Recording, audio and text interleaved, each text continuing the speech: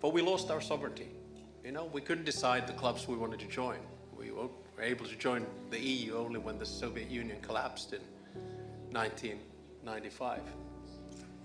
And we lost 10% of our territory, including the areas where my grandparents were born and where my father was born. Now, the only reason I'm saying this is that the support that you will see from the Finnish public, and I think from all around this table, is the support of identity and historical experience. Now, my big point is that there seems to be some misunderstanding about what is going on here.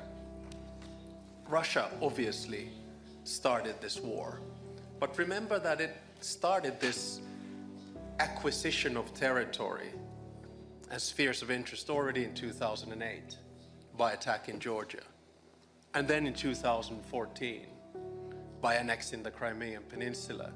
And then at the end of the day, we are now here to commemorate the 3rd anniversary of the beginning of the full-scale war, but the war has been going on for pretty much 11 years, ever since 2014. And a lot of people don't understand that this is not only about Ukraine, but this is also about Europe. This is also about the United States. This is also about international law. And at the end of the day, it's about the world order. So if we now allow Russia to do what it wants to do, in other words, stop the existence of a Ukrainian state, then it's not only Ukraine that has lost, it's Europe that's lost, it's the West that has lost, and also the United States that has lost. And for those who doubt about this, let me say one thing very clearly. You cannot trust Putin. You cannot make a deal with Putin, because that means basically a deal also with China.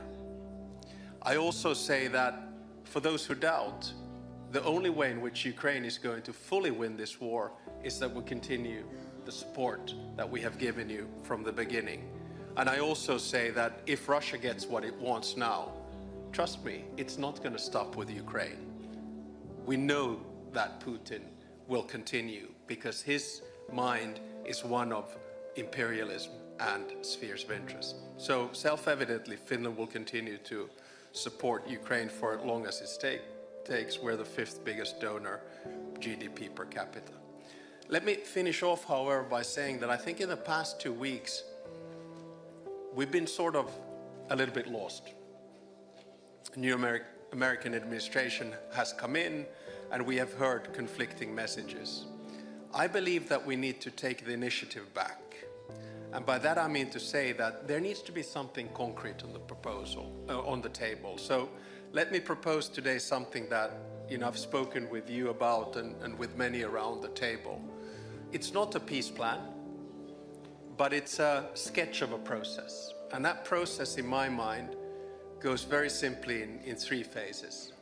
The first phase is before the actual ceasefire.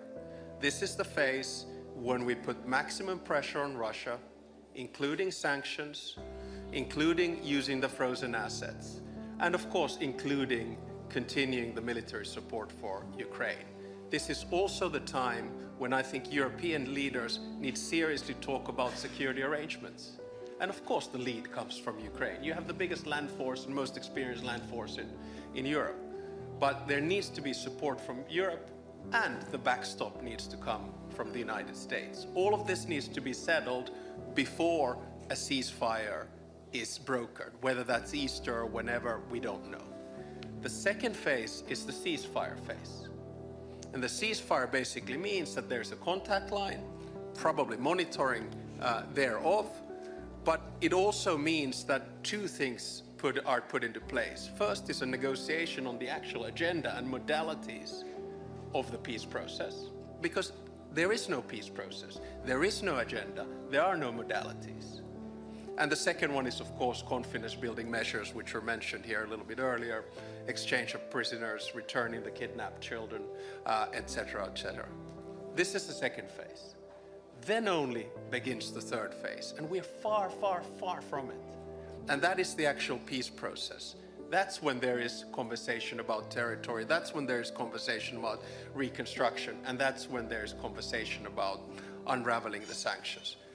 Having said all of that, very conditional by the way, having said all of that, I think we need to make clear to the Russians and everyone else that there are a few things that are completely off the table in these negotiations.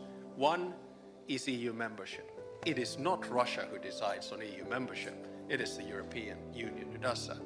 Two is NATO. It is not Russia that decides on NATO membership. It is the alliance itself. Three is Ukrainian defense. It is not Russia that decides on what Ukraine has by its border, when, where, and how. And four, European security arrangements or order. It's not Russia that decides on that. We already have a European security order and should stick to it.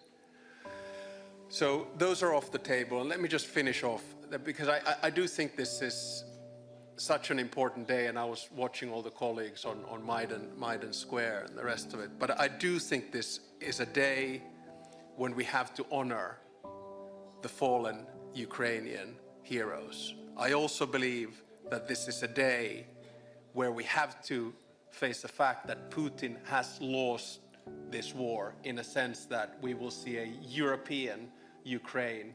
We will see eventually Ukraine in NATO. We've seen a unified European Union and hopefully a stronger transatlantic alliance in the long run.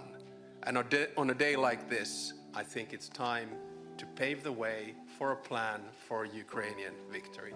Slava Ukraini.